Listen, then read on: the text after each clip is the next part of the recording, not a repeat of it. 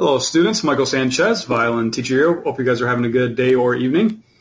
Today in the class we're going to be talking about some technique, some things that are important on the violin, and I'm going to explain them in detail for you guys today.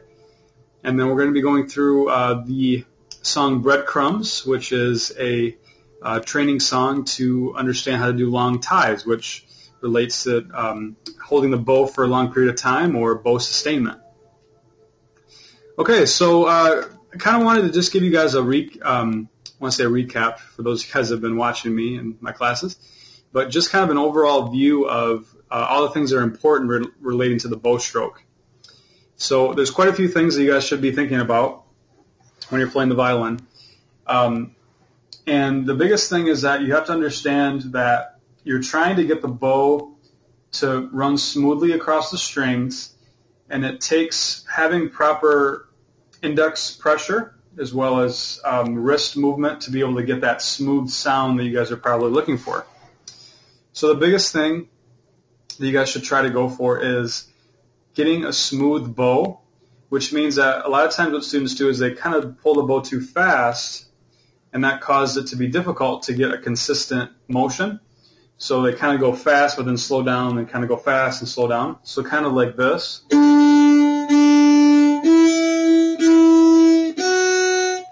Like that. But we actually want more of a smoother stroke, which can be achieved by actually slowing down and trying to focus more on the wrist and the index and how it's just kind of guiding us along, and the goal is to go the same speed back and forth like this.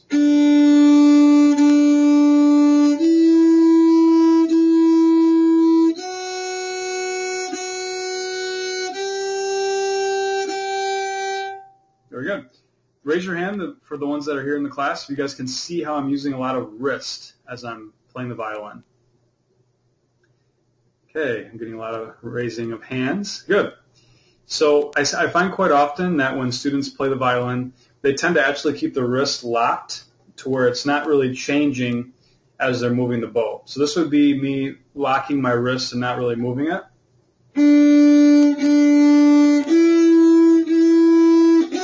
And notice it's causing kind of a screechy sound during the transition.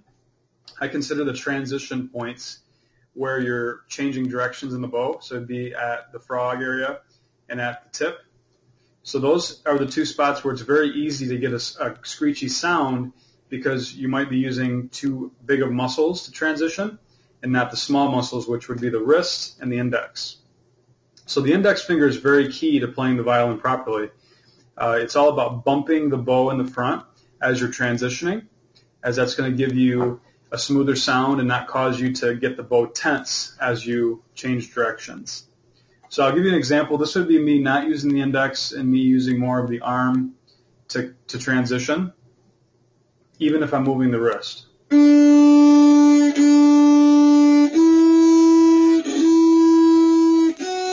So I'm using a lot of arm, a lot of shoulder. I'm not extending. I'm more using the big muscles. But now I'm going to extend, bend the wrist, and use the index, and keep that nice smooth bow going.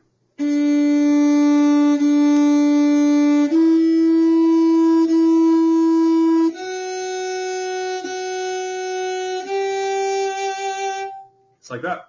Now raise your hand if that makes sense as far as some of those tips with the wrist and the index. Good. Glad to see that. Got quite a few of you guys here tonight. Excellent. Okay, so I highly recommend you guys work on this with open strings. And there's a lot of drills that I have out there that are really helpful for working on using the small muscles. I'll just kind of go over them really quick, but there's a resource. You can email me at michael@superiorviolins.com, and I'll email you the resources. But there's quite a few of them that I have in one area that cover all the drills that will help you to start using some of those muscles. So for example, I have my rocking bow drill, which is basically going up and down the bow, not making a sound, working on using the index to change, move the bow up and down and not getting the sound. Another one would be using the index to transition against a wall. So you actually put your wrist up against a wall and try to just use your index to transition the bow like this. And also just hold on to your arm. This is a practice of using more of the wrist and index. Another one would be pressing into the bow with the index so that you're bringing the stick down to the hair. That's another one that's really helpful. So those 3 drills I have located in an area on a website. So if you're interested in that, let me know. Okay, so we're going to be working on a song today called Long Ties. I'm sorry, Breadcrumbs, but it's lesson 20, Long Ties. And basically what it takes is having really good technique, everything that we just talked about, because to be able to move the bow slowly, it actually takes a student using the small muscles, the wrists, everything that we just talked about. Because if you're using the shoulder or doing things improperly, you're going to get a bow bounce during those long notes. Raise your hand if you guys have been getting bad sounds, especially on long notes, things that you have to hold long. So, okay, yeah, quite a few of you. So, yeah, that just means that you guys are grabbing the bow maybe tighter, using the big muscles, and then you're probably getting this sound, right? Instead of like that. So as we do this song, I want you guys to focus on some of those things that we talked about, and it's all about just having that consistent bow, not going too fast, not going too slow, just nice and easy. Think of a CD player or a record player. It always moves the same speed no matter what music is being played. Think of that as you're doing these long notes. You want to just have the bow moving at that same constant speed. You don't want it to slow down or speed up during the transitions. Just always smooth. All right, let's try number 25.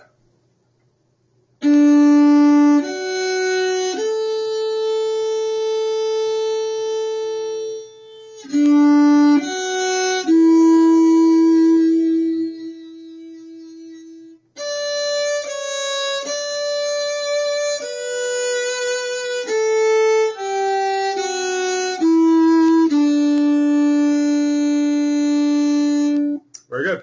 Okay, so maybe some of you guys have not seen a tie before. Raise your hand if you guys know what a tie is. How about I'll ask that.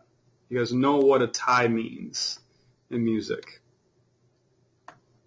Most of you do. Okay, so I'm just going to quick explain it to those that don't, and then kind of throw in some application here. So basically, a tie is when you have 2 notes slurred together that are the same note.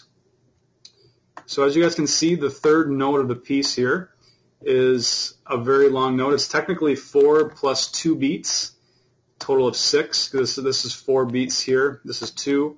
4 plus 2 equals 6. That's a really long note. And because you have the slur to the same note, that's why you would consider that note 6 beats. Now, what's really important as you're doing this is making sure that you're not rushing when you get to that long note. What most students will do is they'll play these 2 notes at a certain speed. So let's say that this is the pace, 1, 2, 1, 2, but then they'll start going 1, 2, 3, 4, 5, 6. So they'll speed up this tie. So what you have to make sure you do is establish the quarter note, 1, 2, 1, 2, 3, 4, 5, 6. Make sure that this is technically 3 times as long as this, which is very easy to not do properly because anytime you have a bow note that needs to be sustained, it's easy to grab the bow harder and to just kind of want to get through it. But it's important to hold that for 6 counts. My suggestion for you guys would be to tap your foot or have some sort of counting method. So it could be using a metronome. My suggestion would be to tap. So I'll actually use my instrument. I'll bob my instrument, which would signify my foot tap. But that's going to help you guys to really get a sense of rhythm and to get that perfect. So it should be 2, 3, 4, 5, 6. 2, 3, 4, 5, 6. Like that. Very good. All right, so have you guys work on that for this week. To get that to be smooth is challenging for some. All right, let's go on to number 26, Long Tail Train. All right, ready, set, go.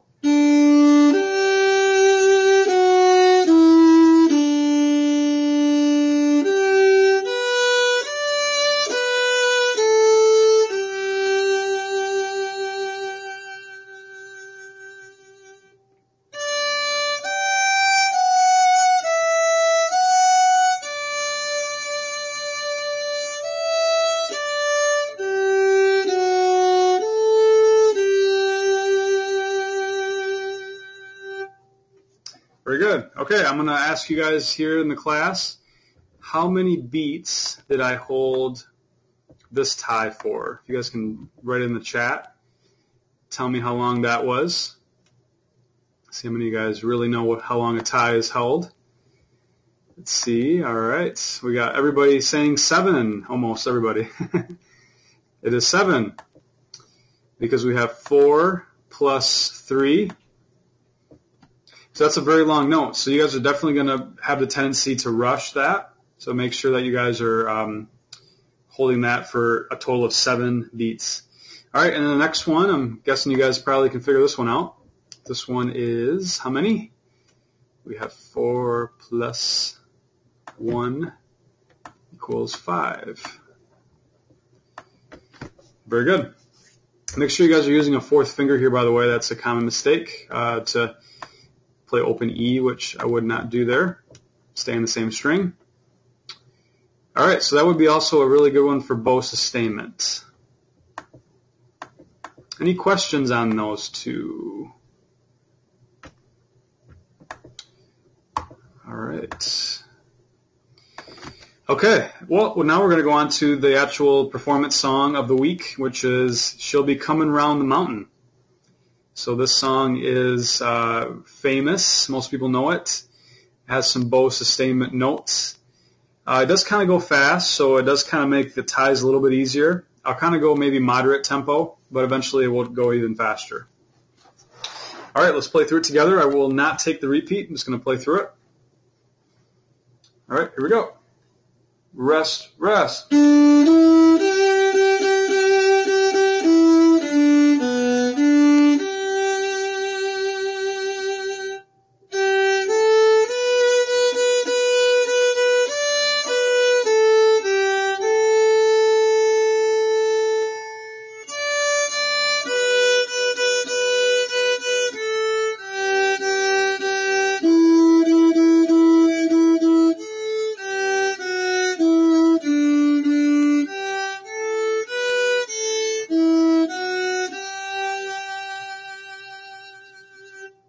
Like that. So that had a lot of ties in there. A couple tips about this one. So make sure that you guys are playing the 8th notes towards the upper half of the bow. So these 2 8th notes here, I would be more towards the tip to play those.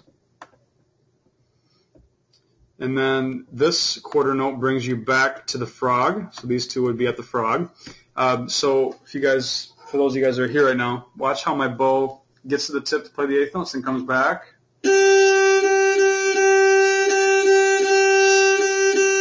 Like that. So that's a good habit to get into. And then there's actually another spot here. You would play these 2 at the tip. You could actually play this as a 4th finger. I think that would actually be more proper, but I did write an open in there. Here's a 4. Make sure you do that. And everything else should be pretty self-explanatory. So yeah, I played it probably medium speed. You could go faster than that, but the first 2 I would work on slower, really to make sure you guys are working on bow sustainment. And because yeah, sometimes it's harder to play slow than it is to play fast. It's at least to get a clean sound. So for those of you guys that haven't done a lot of that practice, it would be really good. And you'll find it's a lot easier to play other stuff when you work on moving your bow slowly and not always trying to go fast. If you guys find yourself constantly playing the same part of the bow, try to get out of that habit. It's a lot better to use the whole bow. So try to, one thing you guys should work on this week is try to get more to the tip. So obviously it's easy to do that when you have a tie, but try to do that as much as possible even with the quarter notes. So instead of playing, say, the last line like this,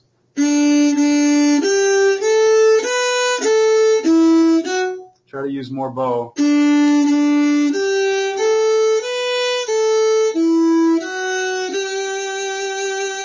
Like that. So the more bow you use, the more spread out things are, the better it's going to sound. Any questions on that? Awesome. Okay, so I'm going to hang out with some of those that came to the live class and maybe get a few questions after the fact here. And yeah, if you guys are interested, they're listening to this class after the fact on audio recording. Please join us next week, Monday at 8:30 for our next class for 3 to 12-month experienced students. Have a great evening.